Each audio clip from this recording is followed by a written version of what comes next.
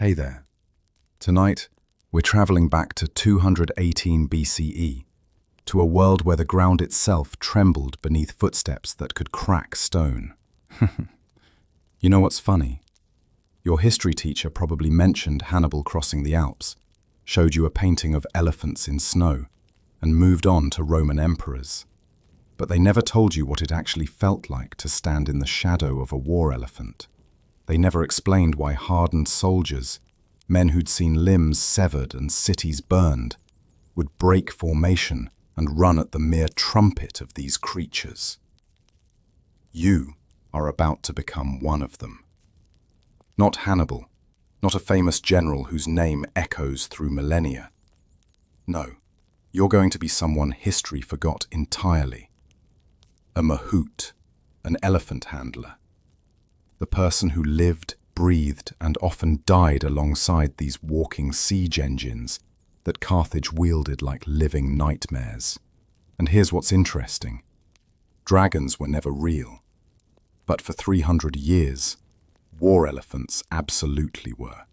They crushed thousands, terrified millions, and changed the course of Western civilization. Yet somehow, we've reduced them to footnotes and Hollywood spectacle. So, where are you right now? Leave a comment below. Are you listening from your bed in Tokyo at 2 a.m.? Curled up in London on a rainy evening? Wherever you are, whatever time it is, dim the lights. Let the glow of your screen soften. Because tonight, you're not just learning history, you're living it. Every rumbling step, every terrified heartbeat, every brutal, forgotten moment. Let's begin. You wake before dawn in Carthage, 220 BCE. The stone floor beneath your sleeping mat radiates cold that seeps through the thin wool, and your back aches in that specific way that tells you you've been sleeping on stone for years now. The smell hits you first, always does. Elephant dung mixed with straw. That sweet, sour fermentation of hay and urine, and underneath it all, the musky animal warmth of your charge. His name is Surus. It means the Syrian in your tongue, though he was born in the forests near the Bagradus River, not Syria. Names rarely make sense in Carthage. You sit up slowly, listening. The compound housing 67 war elephants creates its own weather system of sounds. Low rumbles vibrate through the pre-dawn darkness. Not quite sound, more like feeling translated into hearing. Surus is awake too. He's always awake before you, somehow sensing the moment your consciousness returns. You've been his handler for 8 years now, ever since you were 14, and your father sold you into service to pay his grain debts. The other mahouts stir in the long barracks. Someone, the wet, painful hack of lung rot from breathing elephant dust for decades. Another man prays to Tanit, goddess of Carthage, asking for steady hands and calm beasts. You don't pray anymore. You learned years ago that gods don't concern themselves with elephant handlers. Outside, the city begins its daily resurrection. Merchants setting up stalls, priests calling morning rituals, the distant hammering of shipwrights in the circular harbour. Carthage, mistress of the Mediterranean, never truly sleeps. Neither do her elephants. The elephant compound sprawls across 2 acres behind the military district, positioned strategically between the training grounds and the city's western gate. You walk the familiar path through the morning gloom, feet finding the worn stones automatically. The smell intensifies with each step, that thick, humid reek of large animals kept in concentration. Most citizens of Carthage never come here. They see elephants during military parades, magnificent and decorated, and they imagine glory. They don't smell the reality. Surus stands in his enclosure, swaying slightly in that meditative way elephants do. He's not fully grown, won't be for another decade. But he already stands 9 feet at the shoulder and weighs close to 4 tons. His tusks are still relatively short, maybe 3 feet long, but they'll grow. The quartermaster wants them to grow. Long tusks fetch higher prices if the elephant is ever sold, and more importantly, they intimidate enemy infantry better. The enclosure is 30 feet square, with walls built from limestone blocks that elephants can't knock over, though they try. The floor is packed earth mixed with gravel for drainage, covered now with a thick layer of straw that you replace every 3 days. A water trough sits in one corner, massive, carved from a single piece of stone, requiring 4 men to fill it with buckets twice daily. Surus has already drained half of it. You approach slowly, speaking his name softly. Surus. Good morning, brother. You've learned that tone matters more than words. Elephants can't understand Punic or Greek or any human language, but they understand rhythm, cadence, emotion. Surus turns his head, one dark eye focusing on you. There's intelligence in that gaze that sometimes unnerves you.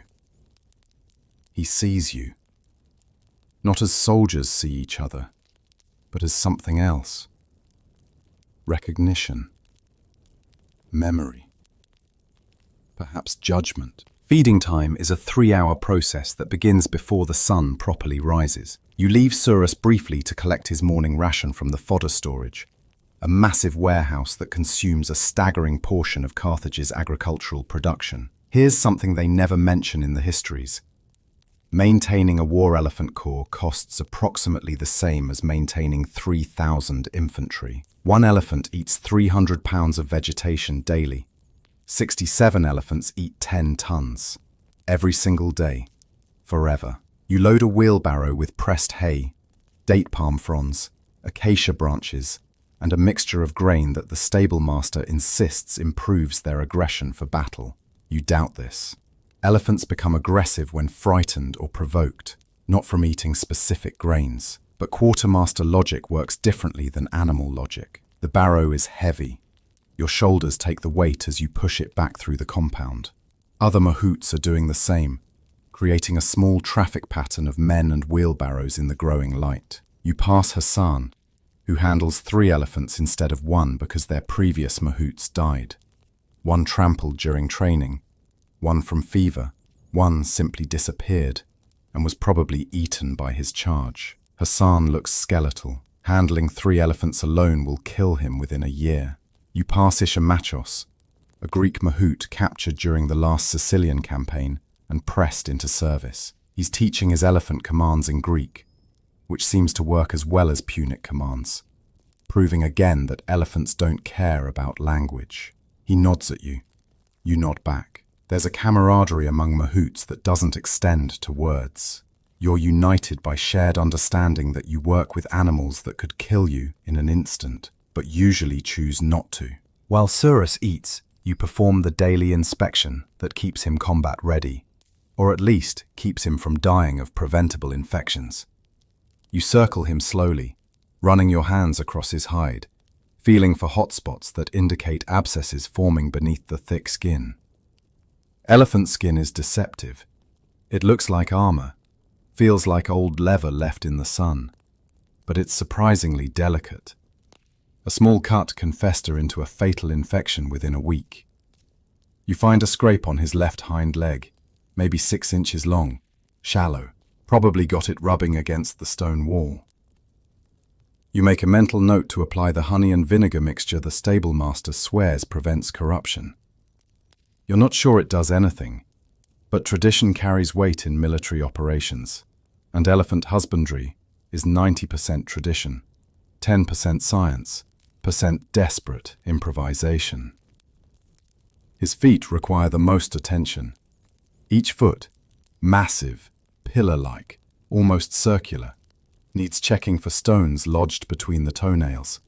for cracks in the pads, for signs of the rot that begins in the soft tissue and spreads upward until the elephant can't walk, can't fight, can't do anything except stand in increasing agony until someone has the mercy to end it. You've seen this happen twice. Both times the mahout was reassigned. Both times the new mahout inherited an elephant that would never fully trust humans again. You lift each foot in turn, not really lifting because you can't lift a foot that weighs as much as a man, but encouraging Surus to raise it himself, while you guide with pressure and voice. He complies. He always does. This is perhaps the strangest part of your relationship. He could refuse. He could kill you instead. But he doesn't. Some pact exists between you that neither fully understands. Training begins at mid-morning, after feeding and inspection, after the mahouts have eaten their own meager breakfast of barley porridge and yesterday's bread. You eat standing, watching Surus, because leaving an elephant unobserved is inviting disaster. The other mahouts do the same. It creates a strange tableau, 30 men standing around the compound's edges, chewing mechanically, eyes always on their charges. The training ground lies north of the enclosures, a broad expanse of packed earth marked with wooden posts representing enemy formations. Here, Carthage transforms elephants from wild animals into weapons of war. It's a gradual process, taking years, requiring patience that most military operations don't possess. But elephants live 60 years if they're lucky, and Carthage thinks in generations.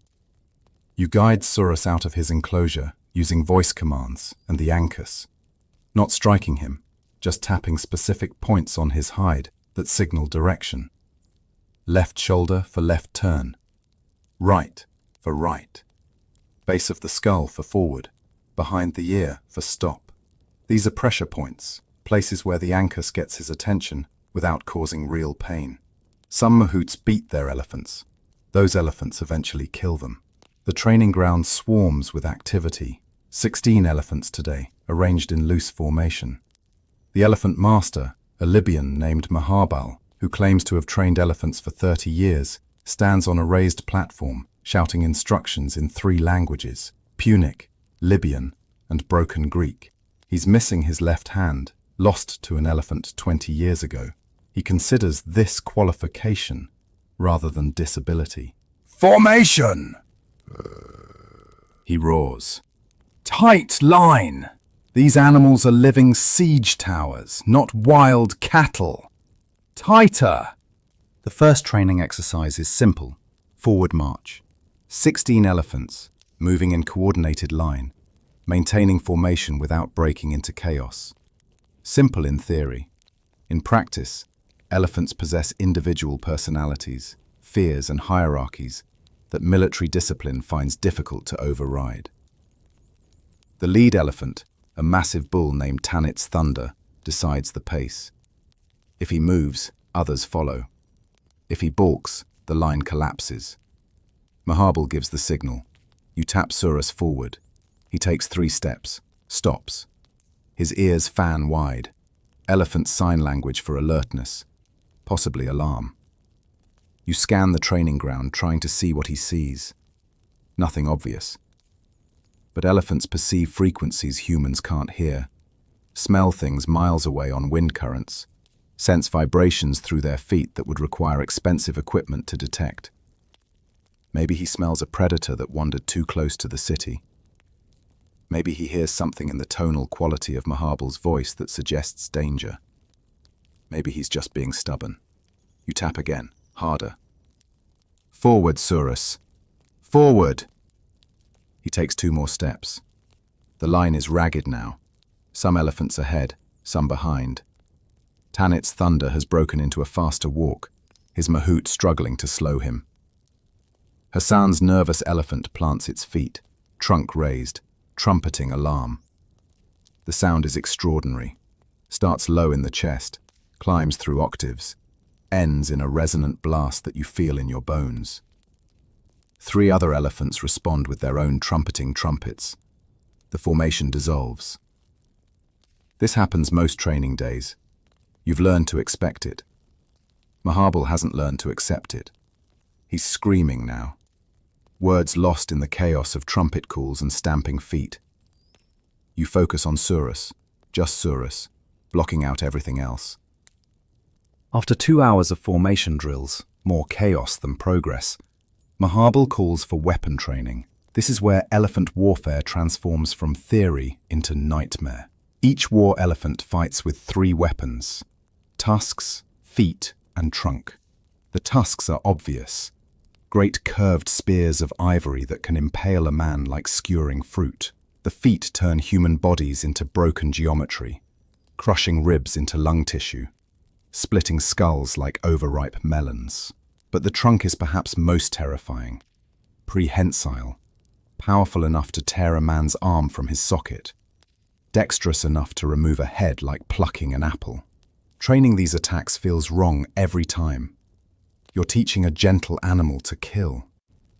Surus, who nuzzles your hand for treats, who rumbles contentedly when you brush his hide, who shows something resembling affection in his alien way. This same creature must learn to execute men efficiently. The cognitive dissonance creates a low-grade nausea that never quite fades. Wooden dummies stand arranged across the field, stuffed with straw and shaped approximately like humans. They're replaced weekly because elephants destroy them thoroughly. Mahabal signals the attack sequence. You guide Surus toward the nearest dummy, speaking the command you've trained for months. Enemy, enemy before you. He hesitates. Elephants are not naturally aggressive toward human-shaped objects. In the wild, they avoid confrontation when possible. But you've repeated this exercise hundreds of times, pairing the command with rewards, dates, honey-soaked bread, verbal praise. Conditioning overrides instinct. Surus charges the dummy. Not full speed, he's still learning, and drives his right tusk through its chest. The wood frame cracks. Straw explodes outward. He lifts the dummy on his tusk, shakes it once, hurls it 15 feet. Good. Mahabal approves. You feel sick. Lunch arrives while you're still on the training ground. Slaves carry baskets of flatbread, cheese, and watered wine to the mahouts. You eat without sitting, eyes still on Surus, who's been released to rest in the shade of the compound wall. The bread is coarse, studded with grit from stones in the grinding mill. The cheese tastes of salt and storage jars. The wine is thin enough to barely count as wine.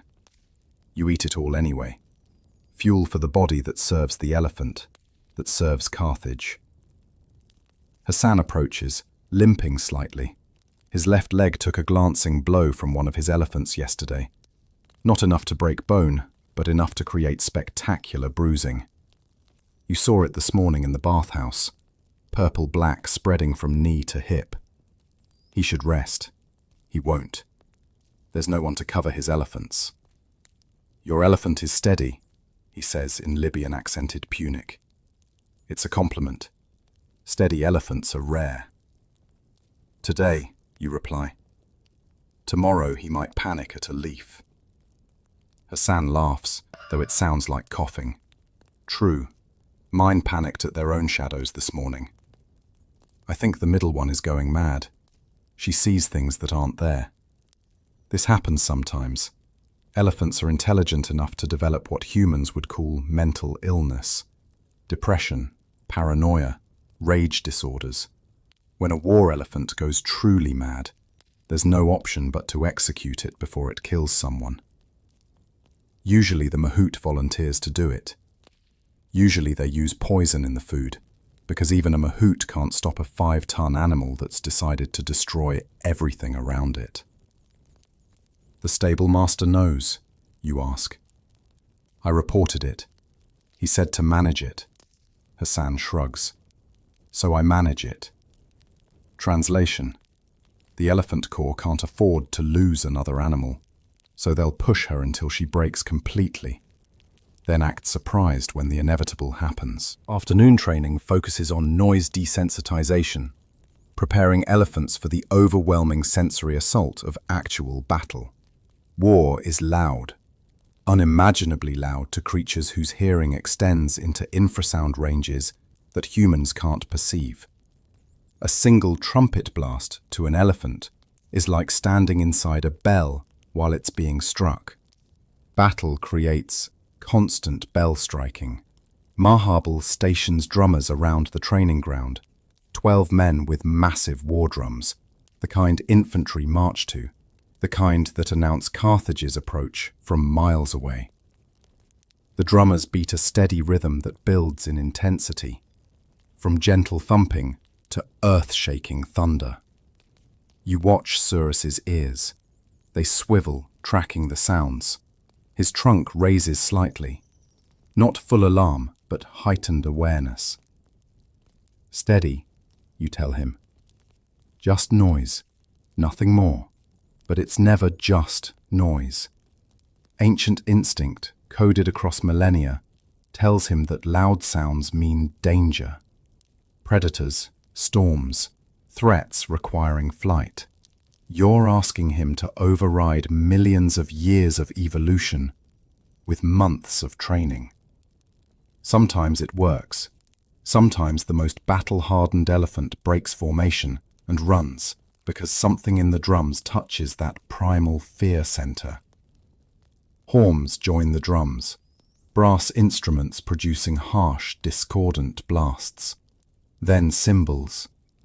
Then the mahouts begin shouting, a roar of voices meant to simulate infantry screams, war cries, the death sounds of men and horses. The compound fills with artificial battle.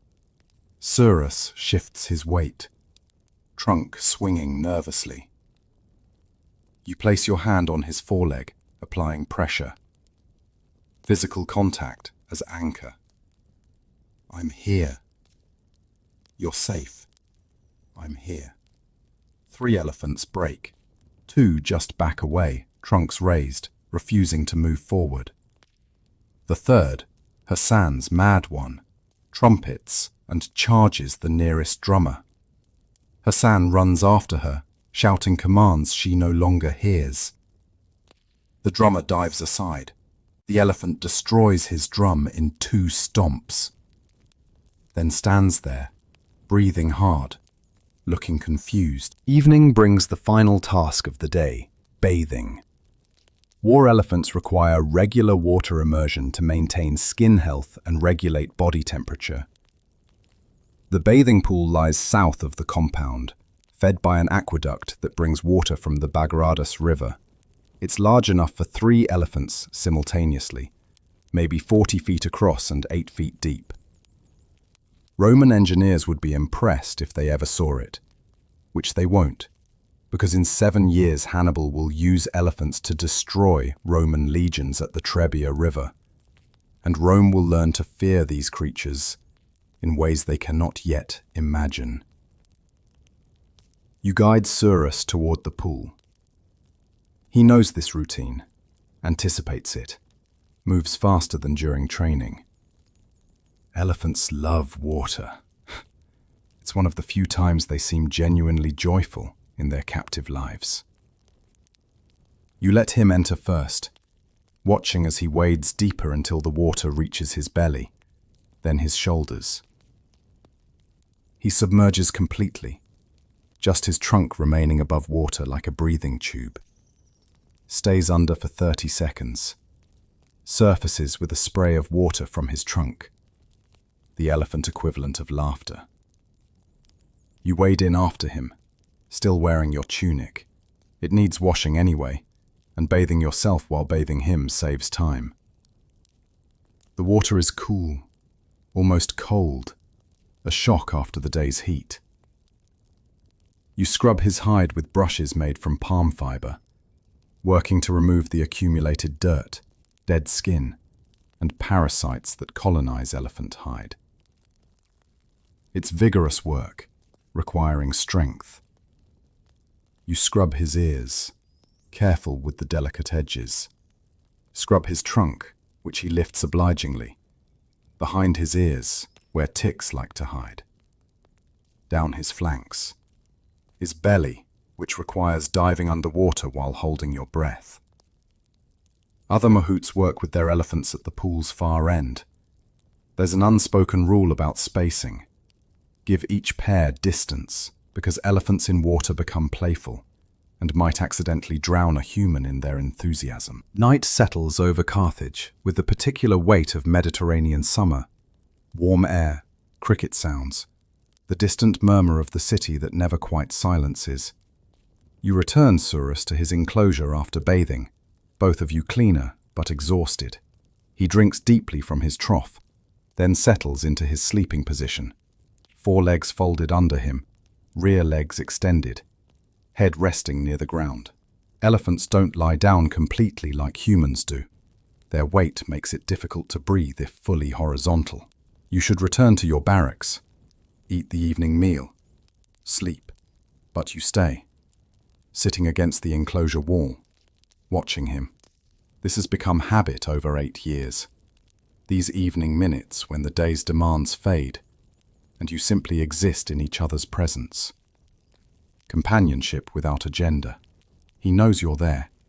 His ear swivels toward you occasionally, tracking your position. Sometimes he rumbles softly. Those infrasound vibrations that you feel rather than hear. The night guards make their rounds, torches creating moving pools of orange light. They nod at you, but don't comment. Mahouts staying near their elephants is common enough not to require explanation. One guard stops briefly. Long day? Same as always, you reply. Heard Hassan's elephant broke bad during noise training. She's struggling. Think she'll make it to campaign season? You shrug. Honesty would be, no. She's deteriorating rapidly and will likely be executed within a month, but honesty accomplishes nothing. Maybe. The guard nods, continues his rounds. His torch recedes, leaving you in darkness, broken only by starlight and the distant glow of the city below. Morning arrives with urgency instead of routine. You're shaken awake while it's still dark by one of the senior mahouts. Gathering in the main yard. Now, all handlers. You dress quickly, confusion clearing slowly from your sleep-fogged brain. Gatherings before dawn usually mean one thing: campaign orders. Carthage is always at war with someone, Rome usually, but also Greek cities, Numidian tribes, rebellious territories that resist taxation. War is Carthage's industry, as important as shipping or silversmithing, and war requires elephants. 40 mahouts assemble in the yard before the stable master's office. You find a position near the back, Hassan beside you. He looks worse than yesterday, his limp more pronounced, dark circles under his eyes. Think we're moving, he whispers. Why else gather us, you reply. The stable master emerges, a massive Carthaginian named Gisgo, who supposedly served in the First Punic War, though the timeline makes this unlikely. He climbs onto a wooden platform so all can see him. Behind him stands a figure in military dress, a young officer, maybe 25, with the bearing of nobility and ambition. You recognize him from city processions. Hannibal Barca, son of Hamilcar, commander of Iberian forces, youngest general in Carthaginian history. Mahouts, Gisgo begins. Carthage calls.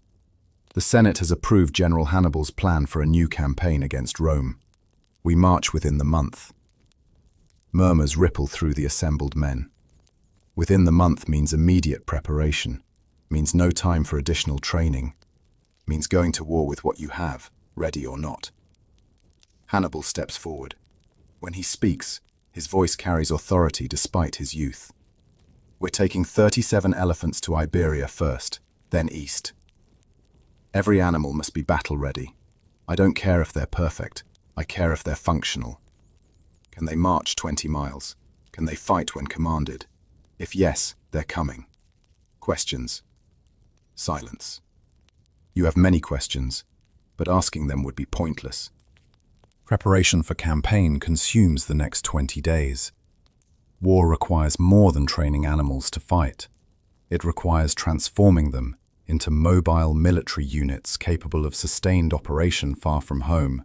This means equipment, rations, medical supplies, and solving dozens of logistical problems that aren't immediately obvious until you're 300 miles from Carthage, and an elephant develops foot rot with no honey vinegar mixture available. You spend day one conducting thorough health assessments of Surus. Every inch of his hide examined for weak spots. His tusks checked for cracks that could shatter during combat. His feet inspected with obsessive detail. March readiness depends entirely on healthy feet. You find minor issues. The scrape from earlier has healed well, but his right front pad shows early signs of hardening that could crack under extended stress. You report this to Gizgo, who assigns you extra palm oil for daily treatments. Day 2 brings armor fitting. War elephants don't wear full armor like cavalry horses. Too heavy, causes overheating. But they wear strategic protection. Leather panels hanging along their flanks to protect against spear throws, and sometimes bronze headpieces for animals expected to lead charges. Surus receives leather panels, which must be custom fitted to his body. A leather worker arrives with measurements, drapes sample panels across his hide, marks adjustments with chalk. Surus tolerates this with patience, but you can sense his confusion. He's accustomed to routine, feeding, training, bathing, rest. This intensified activity violates routine, creates low-grade stress that manifests in small ways. Increased pacing in his enclosure, slightly reduced appetite, trunk swinging that wasn't there before. You compensate by spending extra time with him, sitting in his enclosure in the evenings, maintaining that stabilizing presence. Day 12 brings the march test. Hannibal orders all campaign-designated elephants to complete a 20-mile circuit around Carthage's agricultural territory, carrying full equipment, maintaining formation, demonstrating that they can actually function as mobile units. Theory meets reality on this march. Many problems that seem minor in the compound become catastrophic over distance. You prepare Surus before dawn, full armor, your personal supplies tied to the armor straps, your ankus, water skins. He carries maybe 300 additional pounds beyond his own weight. Nothing compared to what he could carry, but enough to create pressure points if the armor isn't properly fitted. The formation assembles at first light. 37 elephants, their mahouts, a security escort of Libyan cavalry to prevent civilian interference, and Hannibal himself, riding a grey stallion at the column's head. You're positioned in the middle of the formation, which is both good and bad. Good because you avoid the pace-setting pressure of the front, or the dust-choking misery of the rear. Bad because if anything goes wrong ahead of you, you'll be caught in the inevitable chaos. Hannibal gives the signal. The column begins moving. Immediately, problems emerge. 3 elephants refuse to walk in formation, breaking left or right, ignoring their mahout's commands. It takes 30 minutes to reorganize. Finally, steady movement. 15 elephants, then you with Surus, then 21 more, stretching in a line maybe 200 yards long. The first 5 miles go smoothly. Surus maintains pace, his footfalls creating rhythm you match with your walking. The sun climbs. Temperature rises. By mile 7, 3 elephants are showing heat stress. Trunks extended, ears fanning rapidly, pace slowing. The column stops while mahouts pour water over their charges. You check Surus. He's warm but managing. His leather armor is darkening with sweat, but his breathing is steady. Mile 17 is where things collapse.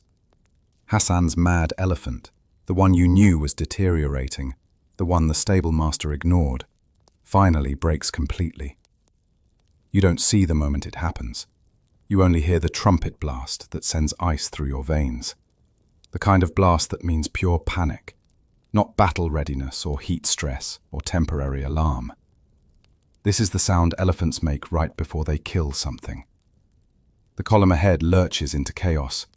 Elephants scatter sideways, mahouts shouting, Hannibal's cavalry wheeling around trying to assess the threat. You can't see clearly through the dust and bodies, but you hear the screaming. Human screaming. The kind that ends in wet sounds. You make an instantaneous decision. Protect Surus first. Everything else is secondary. You pull him hard left, off the road, away from the chaos. Out, out, out! Tone matters more than words. Your voice carries urgency, but not panic. Firm command that tells him, trust me. Move now, don't question. He responds, following you into the scrubland beside the road. 20 yards, 50 yards. Far enough that if the mad elephant charges your direction, you'll have reaction time. Other mahouts are doing the same, creating a scattered pattern of elephants and men spread across the landscape. Some stay near the road, trying to help. You don't. You're not a hero. You're a survivor, responsible for a 5-ton animal that could, in the wrong circumstances, become as dangerous as Hassan's elephant currently is. The screaming stops. The silence afterward is worse. You wait, breathing hard, adrenaline making your hands shake. Surus is alert, but not panicking, trusting your judgment. His ear swivels toward the road, tracking sounds you can't properly hear. Minutes pass. A cavalry rider approaches. "Clear!" he shouts.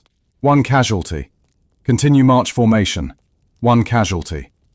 You don't need to ask who. That evening, Hassan is buried in the military cemetery outside Carthage's walls. His body required reconstruction before burial. The funeral is brief. Carthage has little patience for mourning when war demands preparation. The priest says words to Tanit and Baal.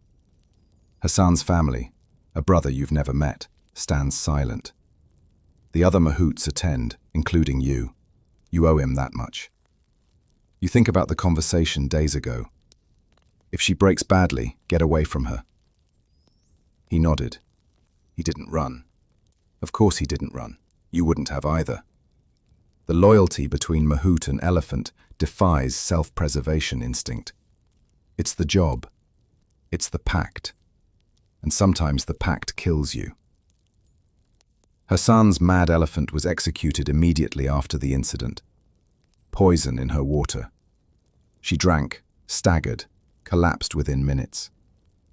The stablemaster watched, emotionless. One less elephant for Hannibal's campaign. The arithmetic is simple. 36 elephants remain. Still enough for the general's purposes. You return to the compound after the funeral.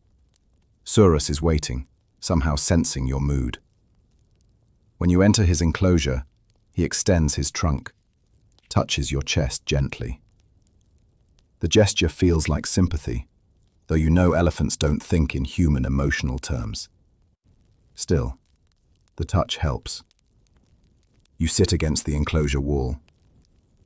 Darkness falls. The night sounds resume. Crickets, distant city noise, the breathing of 36 war elephants. You should sleep. The March test proved elephants are physically capable.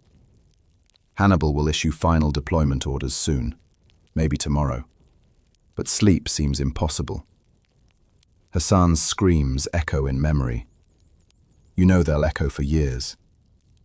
Eventually, exhaustion overrides trauma. You sleep sitting up, back against stone, while Surus stands guard nearby, fulfilling his part of the pact that binds you together. Deployment orders arrive 3 days after Hassan's death. Hannibal announces the route. 36 elephants will march west to Iberia, join his army there, then turn east toward the Alps and eventually Rome itself. The plan is audacious to the point of insanity. No one has crossed the Alps with elephants. No one has attempted a land invasion of Italy in generations. Roman generals will never expect it. The mahouts received this news with the resignation of men who've already survived one death, and no more are coming. You're assigned to Hannibal's primary column, along with Surus and 20 other elephants. The remaining 15 will support secondary operations in Iberia under different commanders. Preparation intensifies.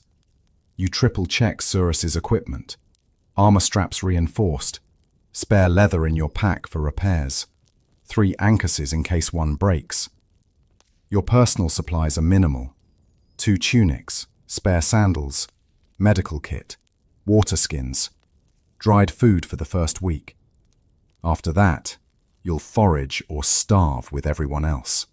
The stable master conducts final inspections. When he reaches you and Surus, he examines the elephant carefully, checking feet, eyes, hide, tusks. Nods approval. Looks at you. Your elephant is solid. Keep him that way.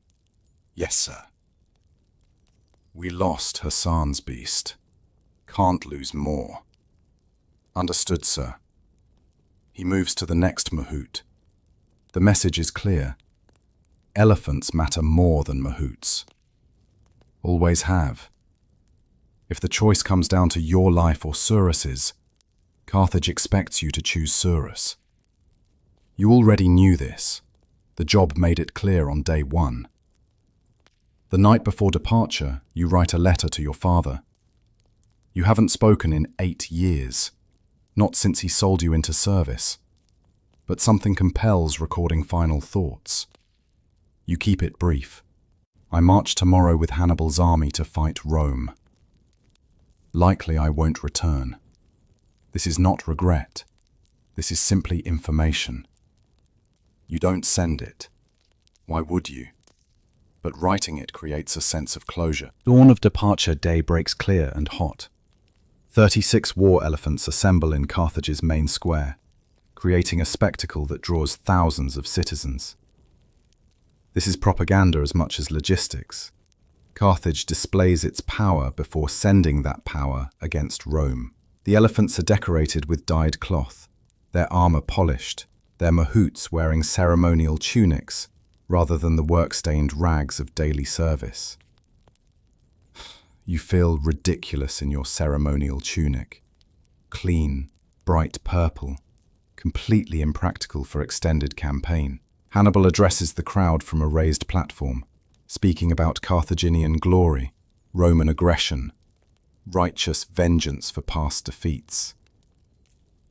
You don't listen closely. Generals always say the same things before wars. What matters is that, after the speech, you'll begin walking, and you won't stop walking for months. Surus seems to sense the occasion's significance. He stands taller somehow, ears forward, alert to the crowd's energy. The citizens cheer when they see the elephants, these legendary creatures that made Carthage feared across the Mediterranean. They don't see the reality. These are animals who panic at loud noises, who develop foot infections, who sometimes go mad and kill their handlers. They see myth. You see Surus, who needs his right front pad checked twice daily, or he'll go lame. The speech ends. Hannibal mounts his grey stallion, raises his hand. Carthage! To victory. The crowd roars. You exchange glances with the mahout beside you, a man named Bomilcar, who's handled elephants longer than you've been alive. His expression is cynical. He's seen these send-offs before. He knows how campaigns actually go. The column begins moving. You guide Surus out of the square, through streets lined with cheering citizens, toward the western gate where ceremony ends and real work begins. Hannibal orders the column to strip to campaign configuration, remove decorations, remove ceremonial clothing, Revert to practical gear. You shed the purple tunic gratefully, returning to your stained, comfortable work clothes. Surus is relieved of his decorative cloth. Now you're just a mahout, an elephant, and 500 miles of marching before reaching Iberia. The first week establishes routine. Wake before dawn. Feed Surus from supplies carried by pack mules.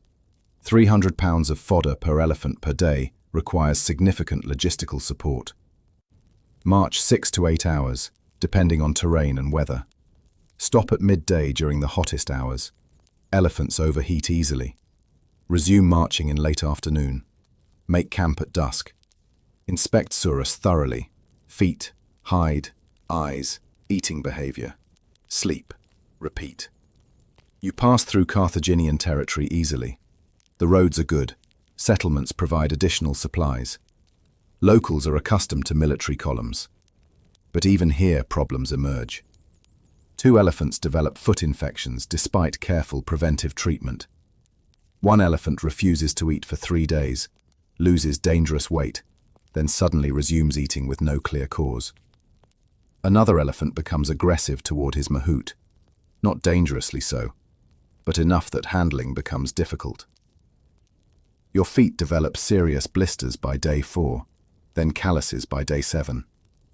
Your legs ache constantly, muscles protesting the endless walking. You lose weight. Everyone does. Burning calories faster than the army's rations replace them. Bomilcar notices. Eat more, he advises. You'll waste away before reaching Iberia. There isn't more, you reply. Then eat what there is slowly. Make your body think it's more. He shrugs. Old campaigner's trick. You try this. It doesn't work. But the advice is kindness, and kindness is rare enough to appreciate regardless of efficacy. 2 weeks into the march, you cross from Carthaginian territory into Allied Numidian lands. The transition is subtle. The landscape remains North African semi-arid. The settlements look similar, but the people change. Numidians view Carthaginian military columns with wary cooperation rather than support. They're allies because Carthage is powerful, not because they love Carthage. The difference matters. Hannibal negotiates with Numidian chiefs at each major settlement, securing permission to pass through their territory and purchasing additional supplies. These negotiations take time, creating rest days that the elephants desperately need. During one such stop, you have opportunity to properly treat Surus's feet with hot oil soaks. Luxury care impossible during marching days. You also encounter your first foreign mahout, an Indian named Arjuna, who joined Hannibal's forces in Iberia during last year's campaigns. He works with 3 elephants trained in Indian methods rather than Carthaginian ones. You watch him curiously during the rest day, noting the differences in handling technique. He approaches you while you're treating Surus's feet. Your elephant is in good condition, he observes in Greek, the common language between you. Thank you. Yours also. You use the ankus differently than I was taught. How were you taught? He demonstrates. His pressure points differ slightly, and he incorporates vocal commands in a language you don't recognize. In my homeland, elephants are more common. We've had more centuries to perfect the handling, and yet you're here, in Carthage's army. Money and adventure. He shrugs. Though if I'd known the adventure involved crossing the Alps, I might have negotiated harder. The Alps? You don't know. His expression shows surprise. Hannibal means to cross the Alps into Italy. It's why he needs elephants, to terrify the Romans, who have never seen such creatures in their homeland. This is the first you've heard of specific strategic plans. The information settles heavy in your stomach. The march continues through Numidian territory for another 10 days. The landscape gradually transitions from semi-arid to more vegetated as you approach the coast, where Hannibal plans to ship supplies before the mountain crossing.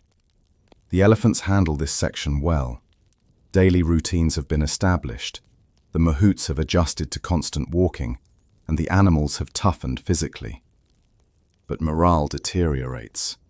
Word spreads about the Alps.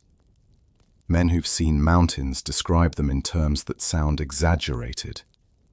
Peaks touching clouds, paths narrow enough that one misstep means falling to death, cold that freezes breath in your lungs. The mahouts, who've spent their lives in North African heat, can't quite conceptualize cold that kills. It seems like abstract danger, theoretical rather than real. You focus on immediate concerns rather than future ones. Surus needs feeding, watering, foot treatment, inspection. These tasks ground you in present moments, preventing spiraling into anxieties about mountains you haven't reached yet. During one evening stop, Bomilcar gathers the younger mahouts for what he calls lesson sharing. In reality, it's psychological preparation for what's coming. He speaks plainly. Some of you won't reach Italy. Some of your elephants won't reach Italy. Accept this now. The only control you have is, how carefully do you tend your animal today? Can't control avalanches. Can't control mountain passes. Can't control Roman armies. Can control whether your elephant's feet are healthy right now.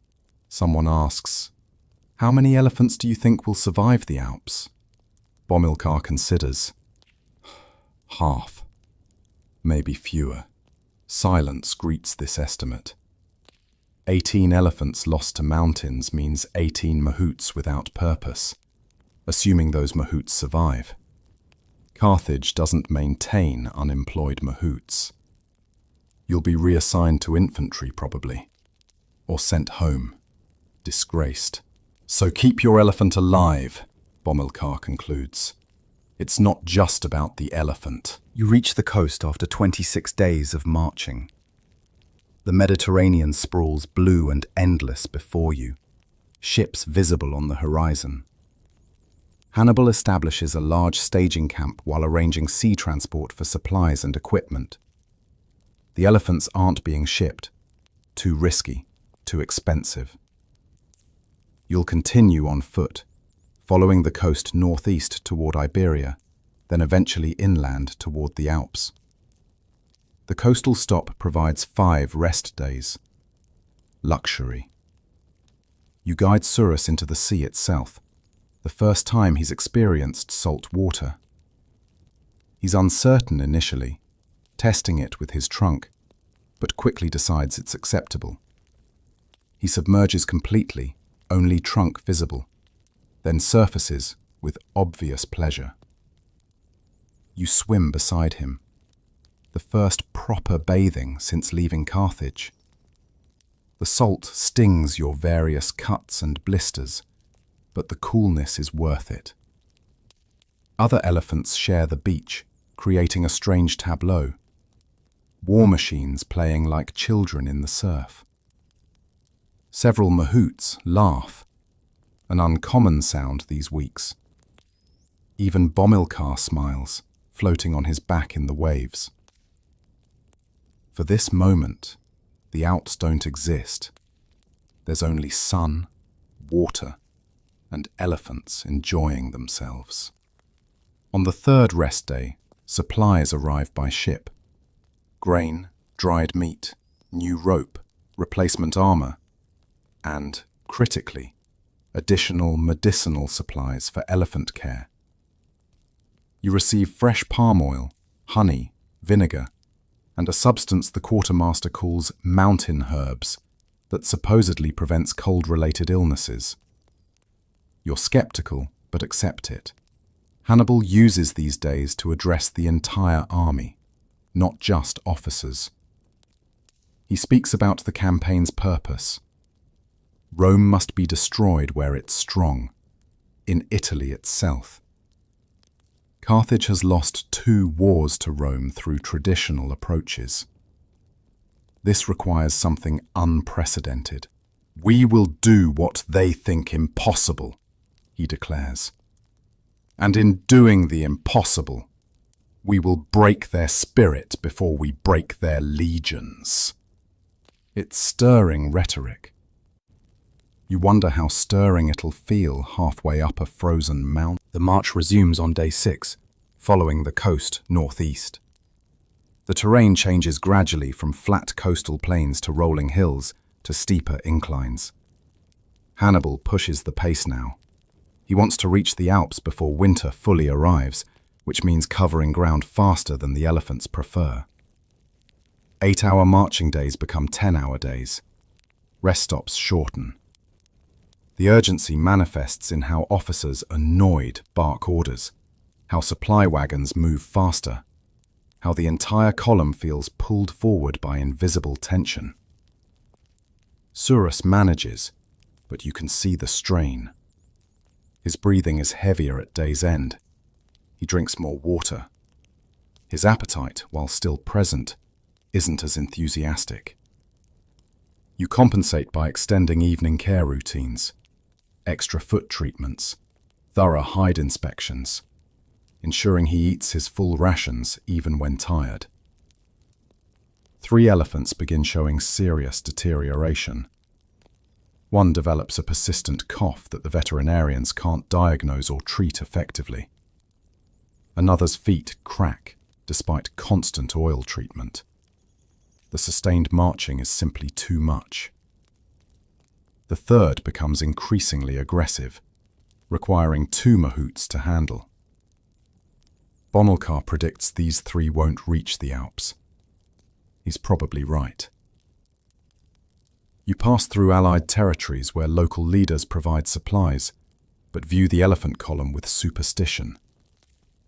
In one village, an old woman approaches you while you're watering Surus. She speaks a dialect you barely understand, but the message is clear through her gestures and tone. These creatures are unnatural.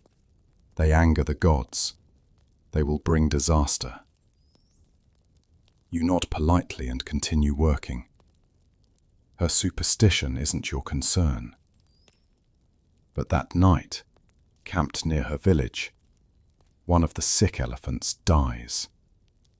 Simply lies down and doesn't rise. The mahout, a young man named Ithobal, who you've spoken with occasionally, is devastated. He sits beside the corpse until dawn, refusing comfort, refusing to leave. Finally, officers order him away. The elephant is butchered for meat, a practical decision that makes everyone sick. 6 weeks into campaign, you cross into Iberia. The landscape transforms again. Lusher vegetation, more frequent rivers, mountains visible on the horizon. Not the Alps yet, but foothills that suggest what's coming. The army swells here as local forces join Hannibal's column. Iberian warriors, cavalry units, supply trains. What was a contained military column becomes a sprawling force of tens of thousands. The elephants draw constant attention. Iberian soldiers who've never seen such creatures approach cautiously, fascinated and terrified. You've become protective of Surus around strangers. Too many people getting too close creates stress for him, and stressed elephants become dangerous. You establish a perimeter, using your anchors to signal that approaching closer would be unwise. An Iberian officer challenges this one afternoon. "I command 2,000 men. I'll approach your animal if I choose." You hold your ground. "Sir, with respect, if he panics and kills you, I'll be executed for failing to control him. So neither of us benefits from you getting closer." The officer laughs, apparently appreciating the logic. He doesn't approach, but the interaction highlights how campaign dynamics are changing. You're no longer just Carthaginian mahouts in controlled military structure. You're part of a massive, multicultural army where elephants are both tactical assets and symbols. requiring protection from friendly forces as much as enemy ones. Hannibal establishes a larger base camp in Iberia for final preparations before mountain crossing. Here, you receive additional supplies and, unexpectedly, mail from Carthage.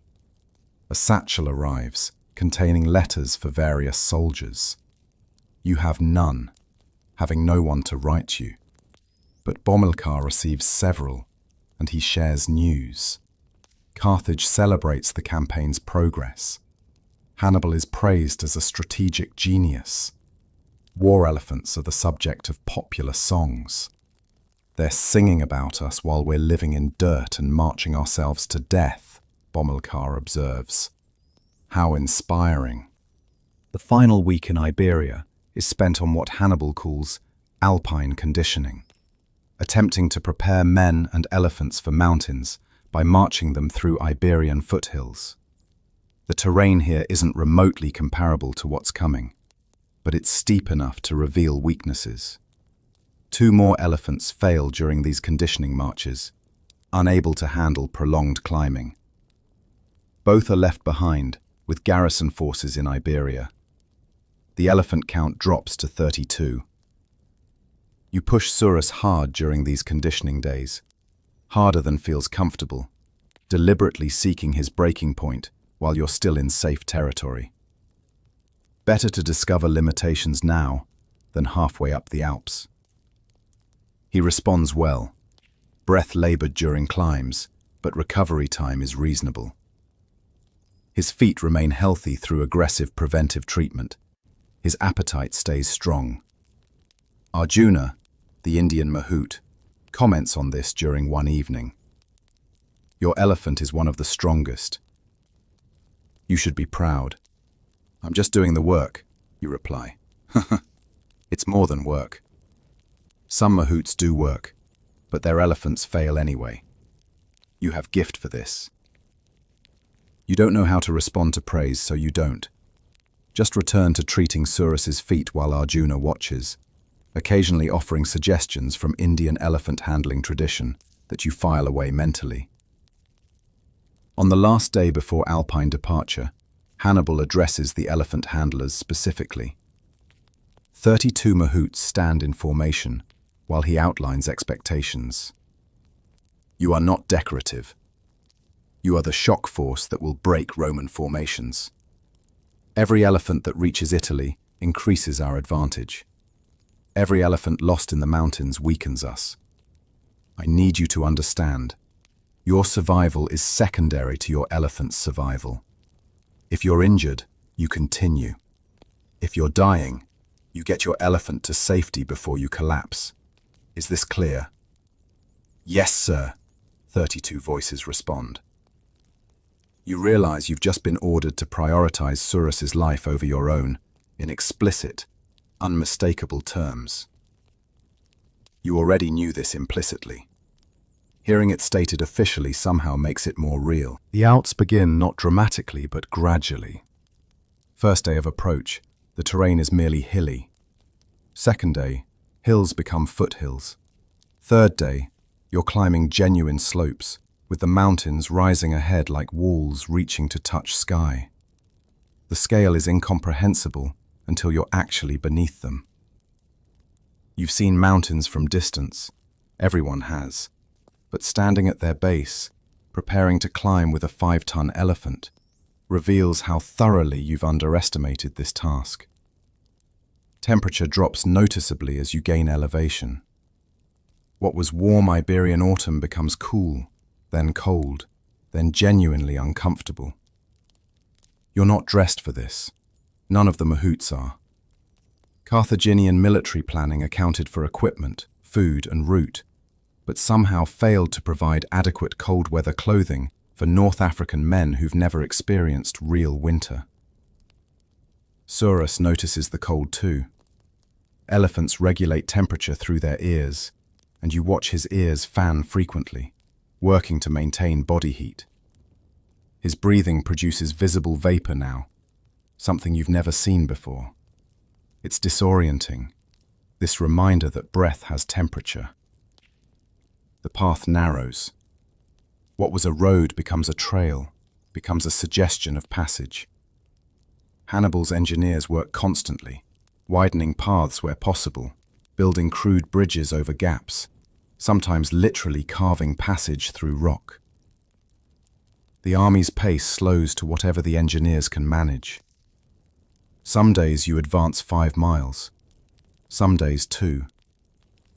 On the 4th day in the mountains, you encounter snow for the first time. It falls gently at first, white flakes drifting down like ash from a distant fire. Surus stops, confused by this strange precipitation, extends his trunk, catches snowflakes, brings them to his mouth, tastes them, appears perplexed. It's frozen water, you explain, knowing he doesn't understand words, but needing to vocalize something. It's winter. The concept feels alien. In Carthage, winter means mild rain and slightly cooler temperatures, not this transformation of reality into something crystalline and hostile. By day 7 in the mountains, the cold stops being uncomfortable and starts being dangerous.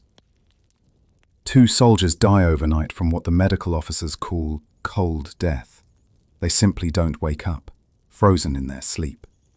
This possibility never occurred to you, that temperature itself could kill seems like divine punishment, like Tanit or Baal, expressing displeasure through meteorological warfare.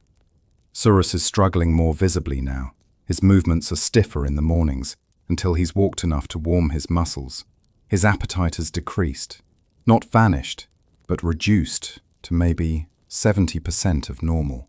You compensate by offering him the warmest food available, grain that's been heated over campaign fires. He eats more when it's warm, so you spend extra time ensuring his meals are heated properly. The path becomes genuinely treacherous. Ice forms overnight, turning rock to skating surface. You watch one elephant slip, nearly fall, catch itself through desperate scrambling that leaves all 4 legs splayed at impossible angles.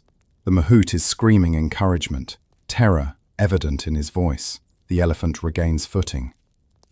You breathe again, not realizing you'd stopped. That night, Hannibal calls a conference with senior mahouts. Bamilcar returns with news. 3 elephants are deteriorating too quickly to continue. They're consuming resources but providing minimal tactical value. The general has ordered them abandoned. Not killed, just left behind, given to mountain scavengers or death by cold, whichever comes first.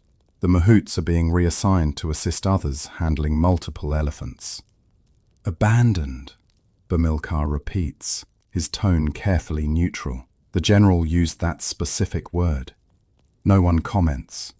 Abandoning elephants means abandoning the pact between handler and animal. It's necessary. Everyone understands this logically, but it violates something fundamental. The 3 mahouts whose elephants are being abandoned sit silently, faces empty. You don't know what to say to them. There's nothing to say. Day 9 brings the first elephant death on the climb itself. Not from illness, not from cold, but from simple mechanical failure. A misstep on ice-covered rock, a fall, an elephant tumbling down a slope that seems designed to kill large animals. You don't see it happen. You're 50 yards behind in the column, but you hear it. The sound an elephant makes while falling is extraordinary, terrible, a noise you'll hear in dreams for whatever remains of your life. The column stops. Officers run forward to assess. You maintain position with Surus, not wanting to see, but word travels backward. Total loss. Elephant and mahout both. The elephant's body is irretrievable, lodged in a ravine hundreds of feet below. The mahout probably died on impact. Probably. No one climbed down to verify. Hannibal orders the column to continue. There's nowhere to stop properly, nowhere to make camp. You're on a section of path maybe 8 feet wide, mountain slope above, death drop below. Keep moving, or die where you stand. Those are the options. You guide Surus past the location where it happened, deliberately not looking down into the ravine. His feet find purchase on ice-slick rock. One step, another. 50 more and you're past the dangerous section. That evening, finally reaching a wider area where camping is possible, you discover your feet have developed frostbite. The skin is white and hard, no feeling when you press it. Bomilcar examines them, expression grave. Keep them dry. Keep them warm. If they turn black, we'll have to remove the dead tissue. How do I keep them warm? I don't have boots. Then wrap them. Use anything, cloth, leather, animal hide, and stay near fires as much as possible. You spend the evening cutting pieces from your spare tunic, wrapping them around your feet, creating crude foot coverings. They're not boots, but they're something. Surus watches this process, then extends his trunk, touching your makeshift boots gently. Elephant curiosity or concern? You choose to interpret it as concern. The summit approach takes 6 more days of climbing through conditions that exceed the worst you imagined. Snow is constant now, sometimes gentle, sometimes driving blizzards that reduce visibility to arm's length. Wind howls through passes with physical force, pushing against elephants hard enough to stagger them. The path is ice, rock, and frozen mud.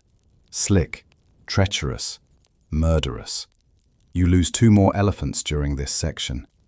One refuses to continue, simply plants its feet and won't move despite hours of encouragement.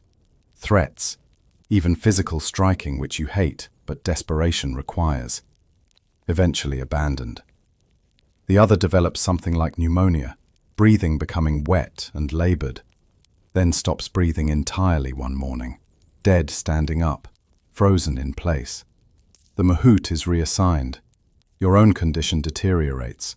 The cough is worse, productive now, bringing up substances you try not to examine closely. Your feet have progressed to black in places, definite tissue death. Walking is agony. You continue anyway, because stopping means dying. Surus continues too, though he's lost massive weight. His ribs are visible now, his hip bones prominent. He looks like a skeleton wearing elephant skin, but he's still moving, still responding to commands, still eating what little you can provide. Of the 32 elephants that entered the Alps, 27 remain functional. You're in the top tier of survivors, which is simultaneously point of pride and reminder of how many have fallen. On day 15 in the mountains, you reach the summit.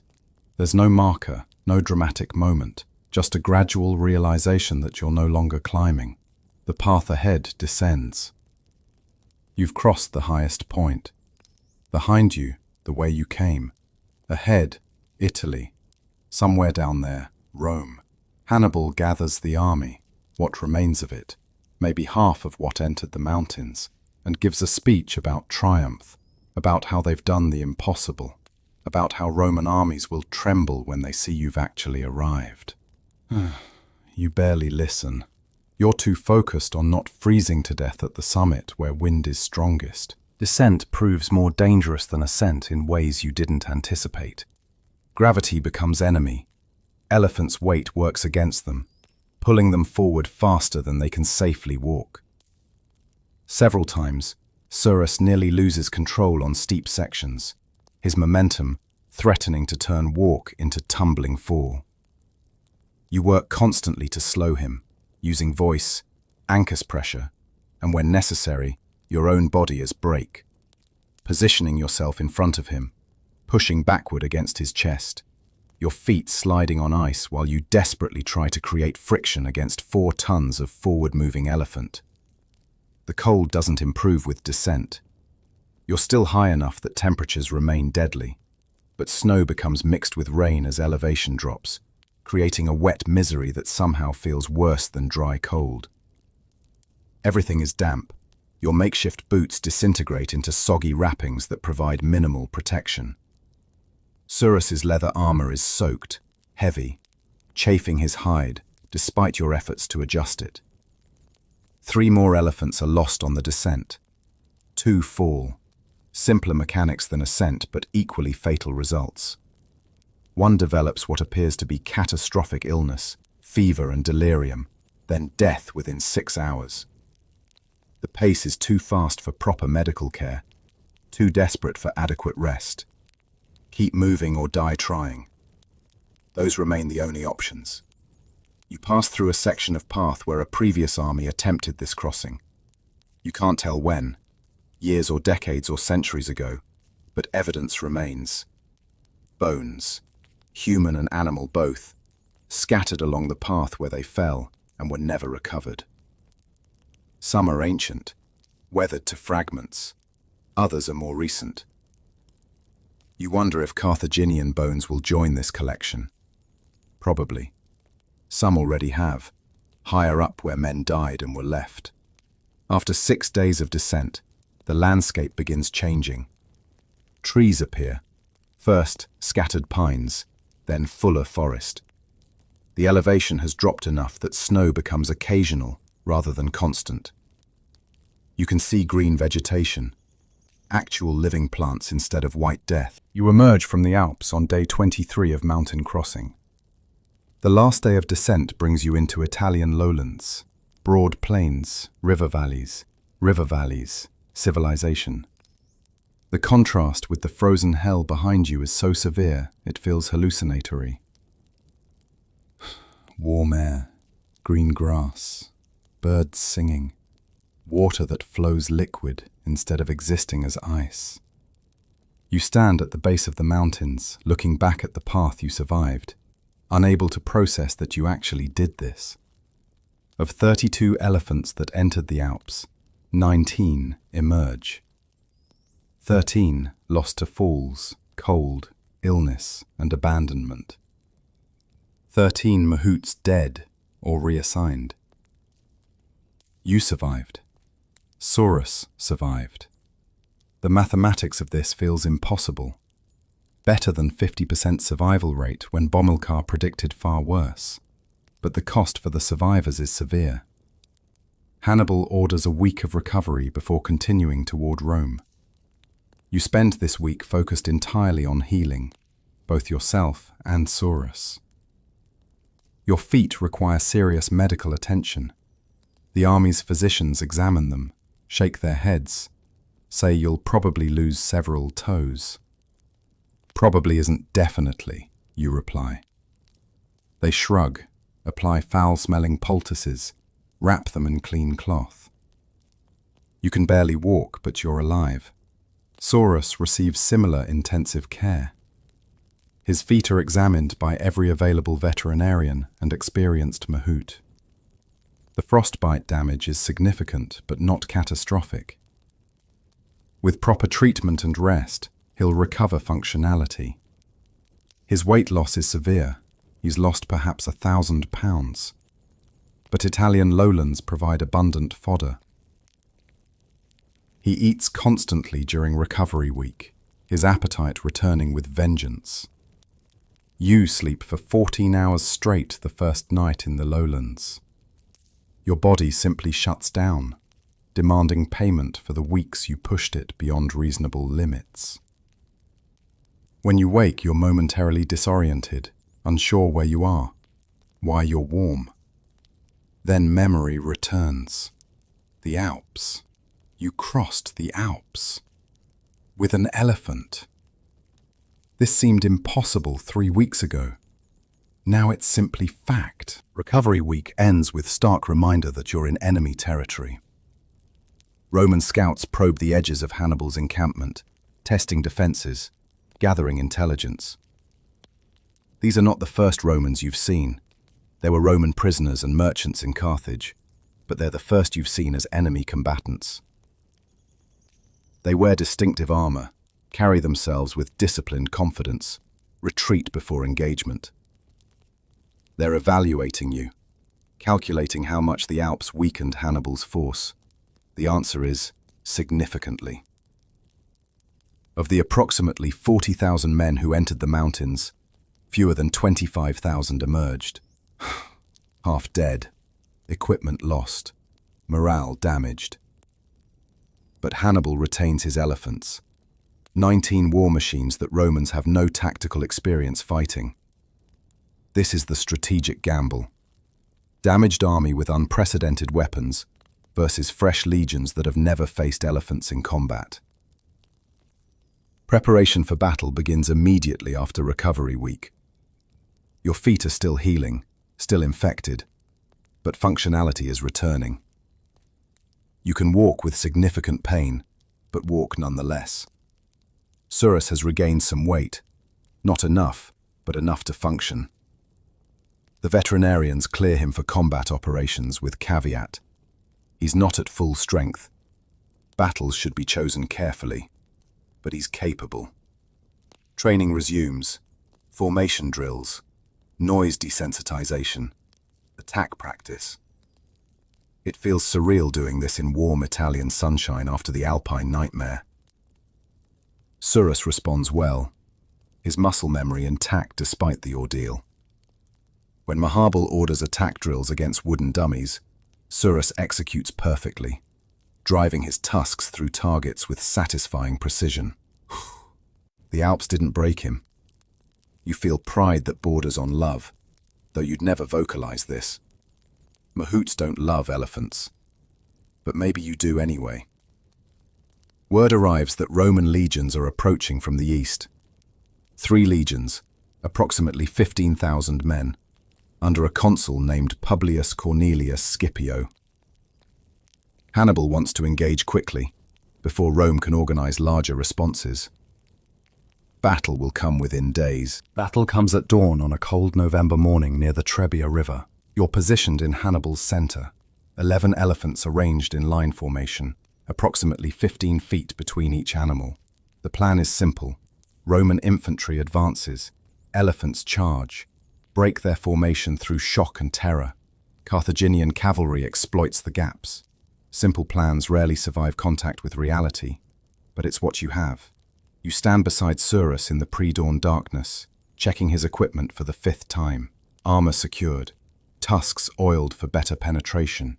Your ankus is sharp, ready. Your personal weapon, a short sword you barely know how to use, hangs at your hip. Mahouts aren't supposed to fight personally, but if Surus goes down and you survive, you'll need something. Romans appear as the sun rises, 3 cohorts advancing in textbook formation, shields locked, spears forward, disciplined precision that built an empire. They've fought Carthaginians before in Sicily and Sardinia, but they've never fought elephants. You can see confusion in their ranks when they spot your line, see officers shouting orders that probably amount to, "What in Jupiter's name are those?" Hannibal gives the signal. You tap Surus forward. Advance. Steady advance. He moves, matching pace with the elephants beside him. The line holds formation. 19 massive animals walking toward Roman legions that suddenly look less confident. The distance closes. 50 yards. 40. 30. Romans release a javelin volley. Hundreds of spears arc through morning air. Most miss. Elephants are large targets, but spears are difficult weapons. Several hit, bouncing off armor, one lodging in Surus's shoulder leather. But doesn't break stride. 20 yards. Romans are shouting now, formation wavering. They've trained for this moment without understanding what this moment actually means. 10 yards. Hannibal's trumpet signals charge. You give Surus the attack command he's trained for months to execute. The battle lasts 3 hours, but feels simultaneous, endless, and instantaneous. Time becomes elastic under combat conditions. Minutes stretch into hours, then collapse into moments you can't quite remember sequentially. You guide Surus through the Roman lines, following trumpet signals, executing trained maneuvers, trying not to look at what his feet and tusks are doing to human bodies. The elephants are devastatingly effective initially.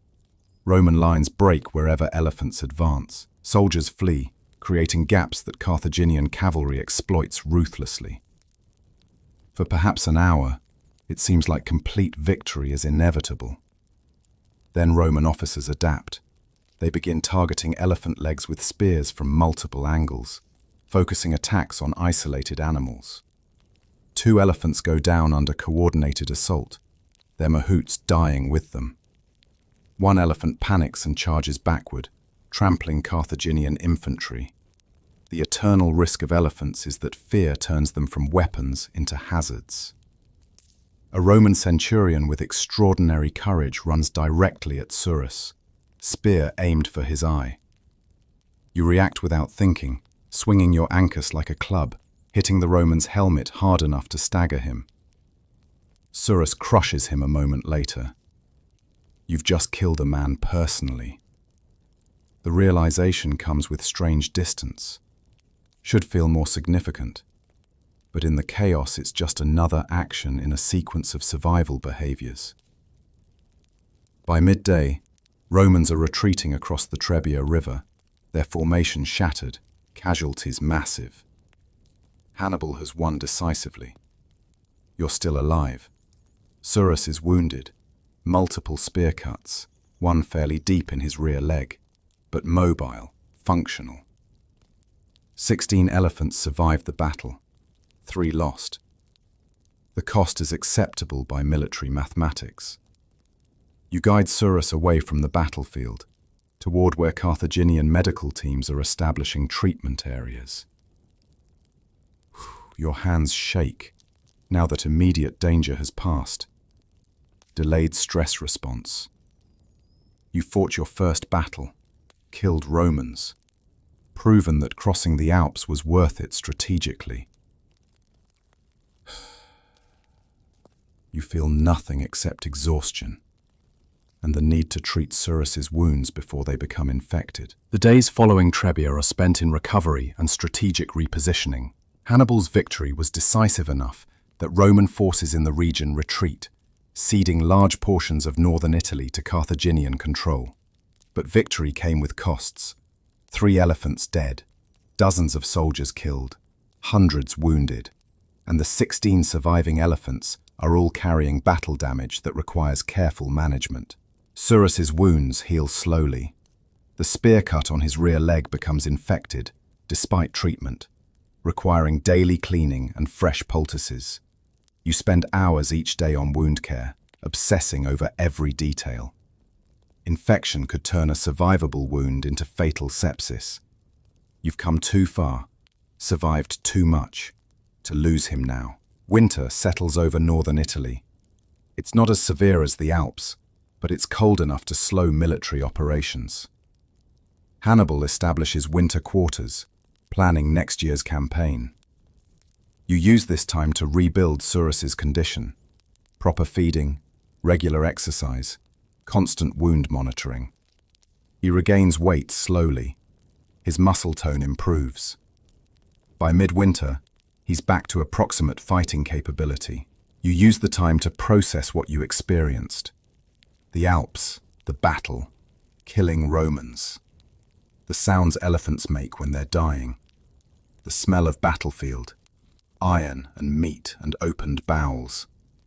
All of it circles through your mind during quiet moments, refusing to settle into coherent narrative. You dream about falling, about cold, about the centurion you killed whose face you glimpsed for maybe 2 seconds. Other mahouts share similar struggles. Bomilcar organizes informal gatherings where veterans talk about combat stress, about managing the mental weight of what you've done and seen. It helps, marginally. At least you're not alone in your nightmares. Arjuna, the Indian mahout, offers perspective one evening. In my homeland, there are traditions for soldiers returning from battle. Rituals to cleanse the spirit of violence. Perhaps we should invent our own. You try this, creating a simple ritual, standing with Surus at dawn, speaking aloud the names of elephants who died, acknowledging their service. It doesn't erase trauma, but it provides structure, meaning, closure. Spring brings renewed campaign orders. Hannibal plans to march south, threatening Rome more directly, forcing larger battles. The 16 elephants are cleared for operations, wounds healed, condition restored to acceptable levels. You're ready. Surus is ready. The war continues. But something has shifted in you fundamentally. The mahout who left Carthage 10 months ago believed he was simply handling an animal, fulfilling military obligation, surviving. The person you are now understands this differently. Surus isn't just military equipment. He's your companion who crossed the Alps with you, who stood beside you in battle, who has shared every hardship and danger. The bond between you has deepened beyond professional relationship into something approaching kinship. This creates problems. Military logic says elephants are expendable tactical assets. Your emotional reality says Surus's life matters as much as your own, maybe more. These views conflict increasingly as campaign continues. The march south proceeds through spring and early summer. You fight 2 more battles, smaller engagements where elephants provide shock value but aren't decisive. Romans are learning to fight elephant tactics, developing countermeasures, flaming projectiles that terrify elephants, coordinated leg attacks, loud noises designed to panic animals. Each battle gets harder. At Lake Trasimene, Hannibal springs an ambush on a Roman army, destroying it almost completely. The elephant's role is minimal. The terrain doesn't favor them, but you're there, guiding Surus through wooded slopes, attacking isolated Roman cohorts, doing your part. 15 elephants survive Trasimene, 1 lost to injury that became fatal infection. By summer's end, you reach Cannae, a small town in southern Italy, where Hannibal plans his most ambitious battle yet. Roman consuls have assembled the largest army ever fielded, approximately 80,000 men, determined to crush the Carthaginian threat definitively. Hannibal has maybe 50,000 and only 15 elephants. The odds are poor. The situation demands perfection. Cannae unfolds with precision that feels choreographed. Hannibal's tactical genius manifests as Romans advance into carefully prepared killing zone. The elephants, positioned on the flanks, aren't central to the plan. That role belongs to cavalry and infantry executing the famous double envelopment. But you're there, contributing, doing your part. You guide Surus against Roman auxiliary units on the flank, breaking their formation, creating chaos that Numidian cavalry exploits. It's efficient, practiced violence. You've done this before. Know the rhythms of elephant combat now. Surus responds to every command instantly, precisely. You've become synchronized after months of shared hardship, able to operate as single unit. The scale of battle is unprecedented. 80,000 Romans trapped in Hannibal's pincer, being systematically destroyed. The killing continues for hours. You're on the periphery mostly, containing Roman attempts to break out, rather than in the center where the worst slaughter occurs. This is fortunate. What happens in Cannae's center is beyond anything you've experienced. By afternoon, it's over. Roman army destroyed. Casualties estimated at 50, 60, maybe 70,000 dead. The scale is incomprehensible. You've participated in one of history's most decisive battles. Perfect tactical victory that military scholars will study for millennia. In the moment, you just feel numb. Surus is alive, lightly wounded, a spear cut on his shoulder, not serious. 13 elephants survive Cannae. 2 lost, 1 to arrow that found its eye, 1 trampled by its own panicked flight. That evening, Hannibal addresses the army. He speaks about victory, about Rome's inevitable surrender, about how this changes everything. You listen while treating Surus's wound, only partially paying attention. You've heard victory speeches before. They all sound similar. The months following Cannae are strange. Hannibal has achieved perfect victory, destroyed Rome's largest army, demonstrated clear superiority. Logic suggests Rome should surrender. Rome doesn't surrender. Instead, they refuse to negotiate, raise new armies, implement total war doctrine that prioritizes survival over convention.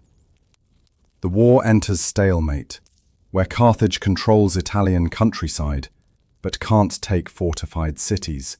while Rome can't field armies strong enough to face Hannibal directly. The elephants suffer from this extended campaign. What was supposed to be single decisive invasion becomes years of sustained operations without proper supply lines from Carthage. Feeding 13 elephants, each requiring 300 pounds daily, becomes increasingly difficult. Fodder quality declines. The elephants lose weight gradually but continuously. Surus develops chronic health issues. The alpine cold damaged his lungs. He has a persistent cough that never quite resolves. His feet, despite your obsessive care, show accumulated damage from years of marching. He's slower now, tires more easily, takes longer to recover after battles. He's not old. Elephants live 60 years, and he's perhaps 15. But the campaign has aged him prematurely. You're aging too. 24 years old, but you look 40. The military physicians say your lung damage is permanent. A legacy of alpine cold and battle smoke inhalation. You'll have breathing problems for whatever remains of your life. Your damaged foot has developed arthritis, creating constant, low-grade pain that occasionally spikes to agony. You walk like an old man. The elephant corps shrinks through attrition. Another dies from illness. 2 more are lost in minor battles. By year 3 in Italy, 9 elephants remain.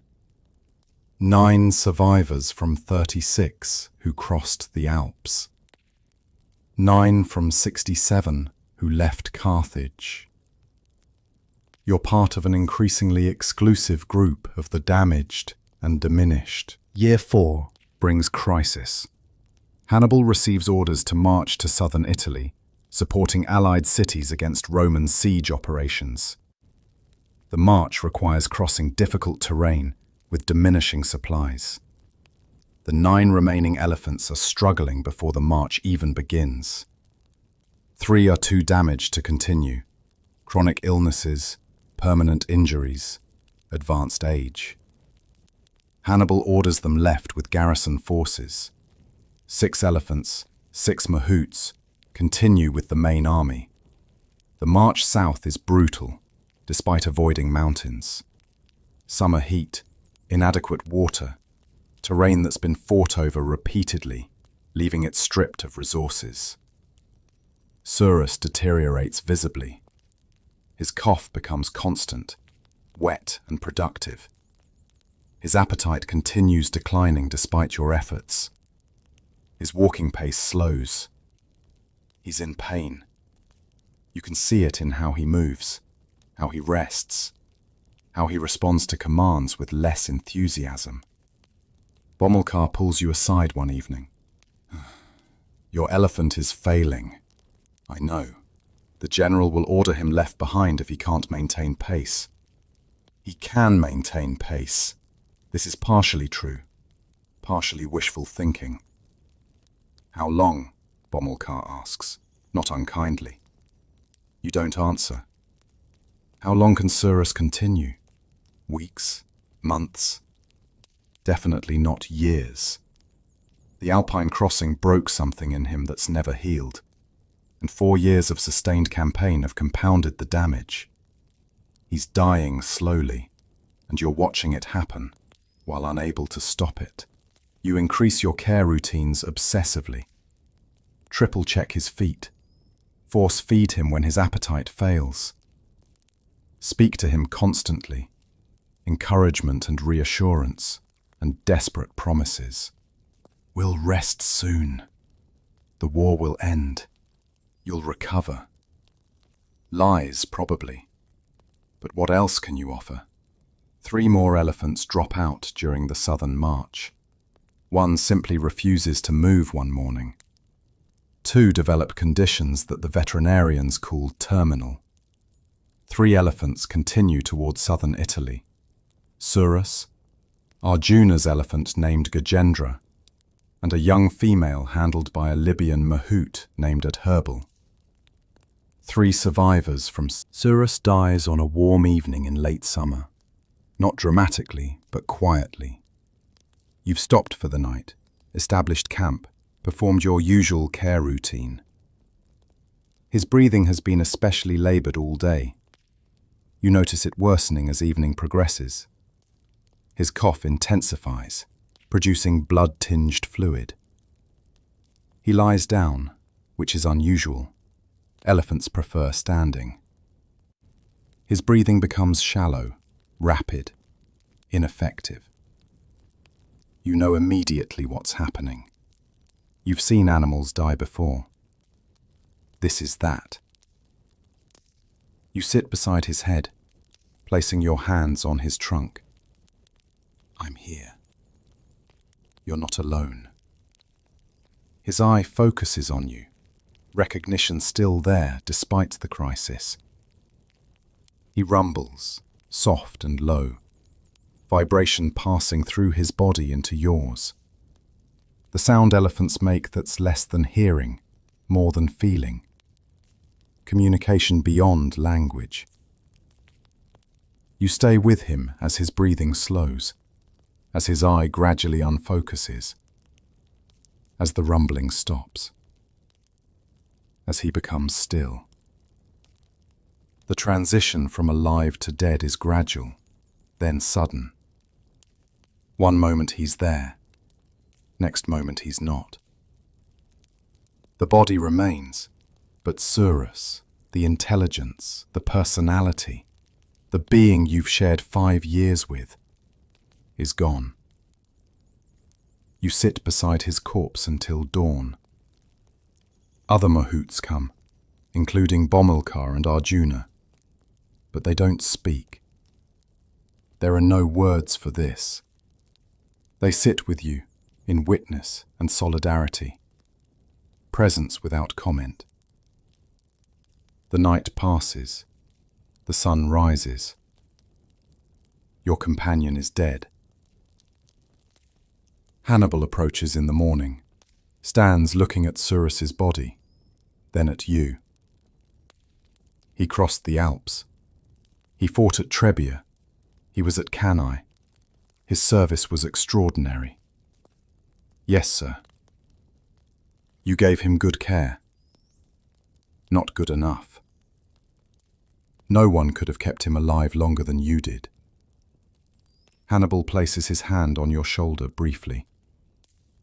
He was a great warrior. So are you. After the general leaves, the days following Surus's death are dissociative blur. You're reassigned to infantry, given a shield and spear, told to serve as regular soldier. You do this mechanically, following orders without processing them. Your body functions while your mind exists elsewhere, stuck in the moment of his death, replaying it continuously.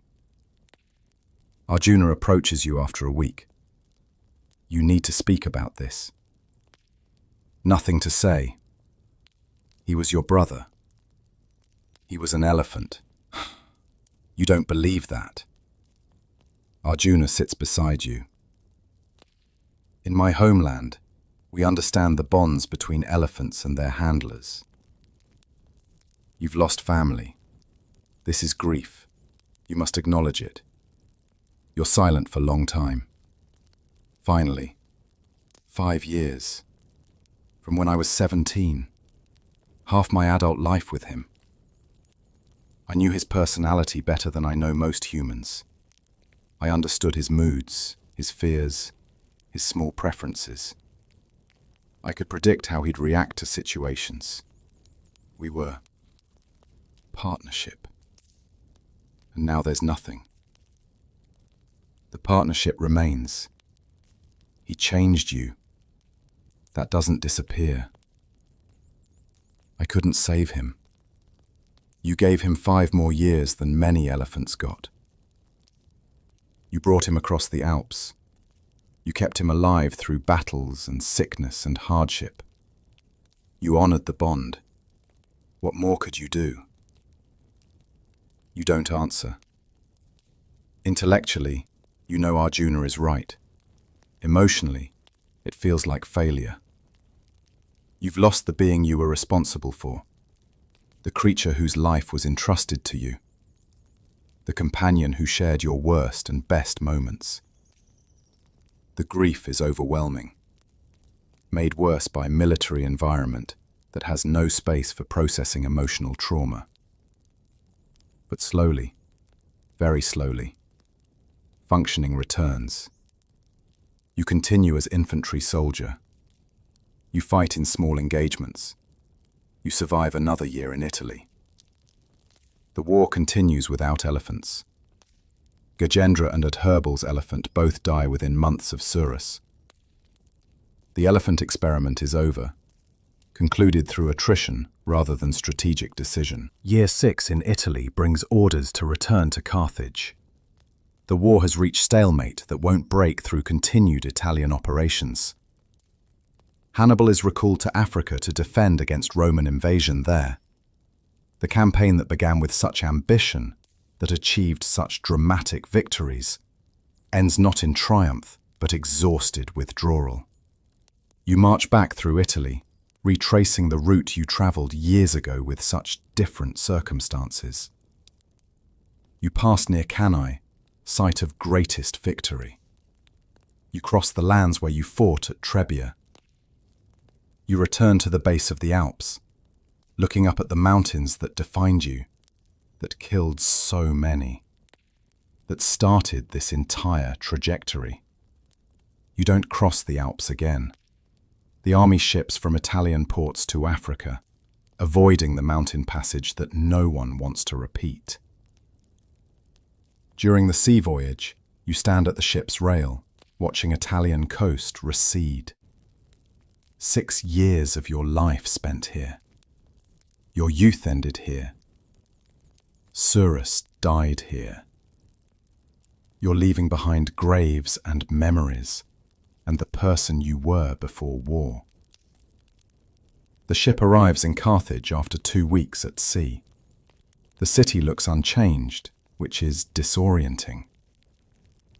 Everything has changed for you, but Carthage simply continued existing, indifferent to your transformation. You're processed through military discharge. You've served your contracted term, earned release from service. The stablemaster who originally oversaw the Elephant Corps is dead, replaced by administrator who never knew Surus, never crossed the Alps, has only paperwork perspective on what happened. You're being released with commendation, the administrator says. Your service record shows exemplary elephant handling and successful adaptation to infantry role. Carthage is grateful. Thank you. Have you considered re-enlisting? Experienced soldiers are valuable. No. The word is immediate, definitive. You've given enough years, enough blood, enough grief. There's nothing left to give. Fair enough. You'll receive modest pension for disability. He gestures toward your obvious limp and damaged breathing. And you're free to establish. You spend several months drifting through Carthage, trying to establish routine, failing repeatedly. The pension provides minimal survival funds, but not purpose. You rent a small room in a workers' district, spend days walking aimlessly, avoiding crowds, startling at loud noises. Night brings dreams, always the same themes. Cold, falling, elephants dying, Surus's final breath. You wake screaming occasionally, disturbing neighbors, creating reputation as the mad veteran. Eventually, you're approached by a merchant who recognizes you from military commendations. I need someone with discipline, someone reliable. I transport goods by caravan between Carthage and interior settlements. It's honest work if you're interested. Work. purpose, routine. You accept immediately. The caravan work is straightforward, loading mules, guiding pack animals, ensuring goods arrive safely. It's not demanding mentally, but it's physical and structured, which helps. You discover you're good with the mules and horses, your elephant handling skills translating to other animals. The merchants appreciate this, give you more responsibility. Months become a year. You're still damaged. The physical injuries won't heal. The nightmares continue. The grief persists. But you're functioning. You're surviving.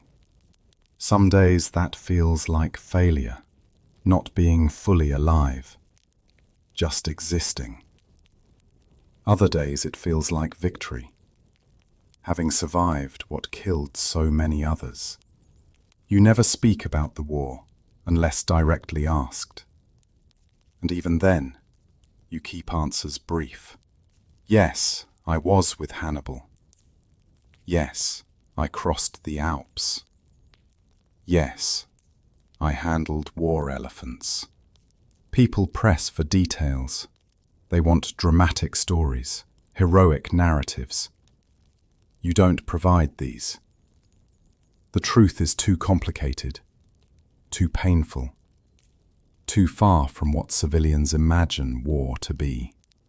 One evening, you're approached by a young boy in a market, maybe 12 years old. "Are you the elephant, mahout?" "The one who crossed the Alps." "I was. Long time ago." "Is it true?" 3 years after discharge, you receive unexpected message.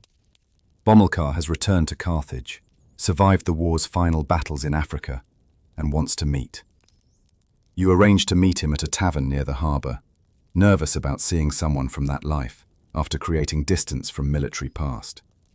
He looks older, everyone does, but he's alive, functional, smiling when he sees you. You made it. So did you.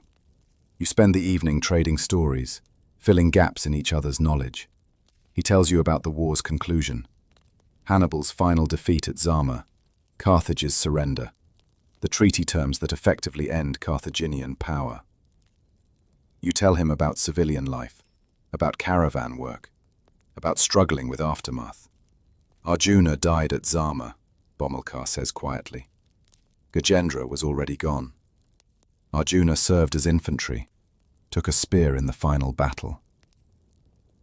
You process this.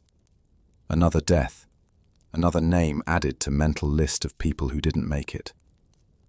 How many mahouts survived? Of the original 67? Maybe 20. Most died in the Alps, a few in battle, several to disease. 20 survivors from 67. You're part of a very small group. This should feel like accomplishment, but mostly feels like survivor's guilt. Do you regret it? Bomilcar asks. The crossing, the campaign, all of it? You consider carefully. I regret the deaths. I regret what happened to Surus. I regret the years of pain. But you struggle to articulate this. It defined me, made me who I am. I survived something most people can't imagine. That matters somehow. It matters, Bomilcar agrees. We did the impossible. History will remember that. Will it remember correctly? Will it know what it cost? Probably not.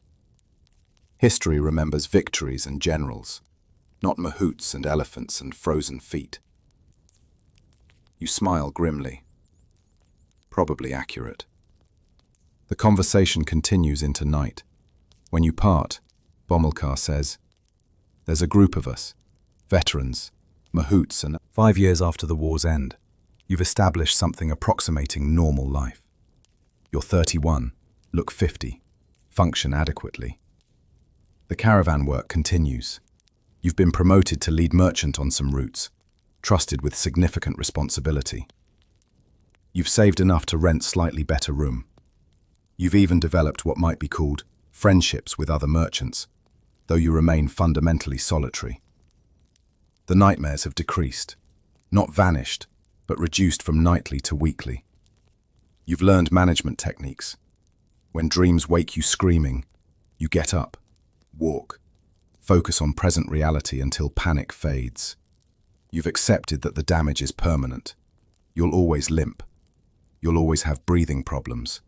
You'll always carry the Alps in your bones and Surus in your heart. On a warm evening, you walk to where the old elephant compounds used to be. They've been completely rebuilt now. No trace of what existed when you were 17. You stand outside, looking at unfamiliar buildings, thinking about Surus, about the 8 years you spent together, about how he trusted you across impossible terrain, through deadly battles, into situations no elephant should have survived. "Thank you," you say quietly, speaking to memory, to ghost, to the bond that remains though he's been dead 6 years. You kept me alive as much as I kept you alive. You were the best of us. A small wind stirs, carrying scent of Mediterranean salt and city smoke. Somewhere, children are laughing. Somewhere, merchants are closing stalls. Somewhere, life continues in the mundane ways that seem impossible during war, but are actually the point of everything. You turn away from the rebuilt compounds, heading toward your room. Tomorrow brings another caravan route. Another day of honest work. Another day of surviving. Another day of slowly, painfully, learning how to actually live instead of just exist. It's not the life you imagined at 17, isn't heroic or glorious, or anything resembling what songs celebrate. It's scarred and damaged and profoundly ordinary. But it's yours. You fought for it, survived for it, carried Surus's memory through mountains and battles and grief to reach this place. 5 years after the war's end, you've established something approximating normal life. You're 31, look 50, function adequately. The caravan work continues. You've been promoted to lead merchant on some routes, trusted with significant responsibility. You've saved enough to rent slightly better room. You've even developed what might be called friendships with other merchants, though you remain fundamentally solitary. The nightmares have decreased, not vanished, but reduced from nightly to weekly. You've learned management techniques. When dreams wake you screaming, you get up, walk, focus on present reality until panic fades. You've accepted that the damage is permanent. You'll always limp. You'll always have breathing problems.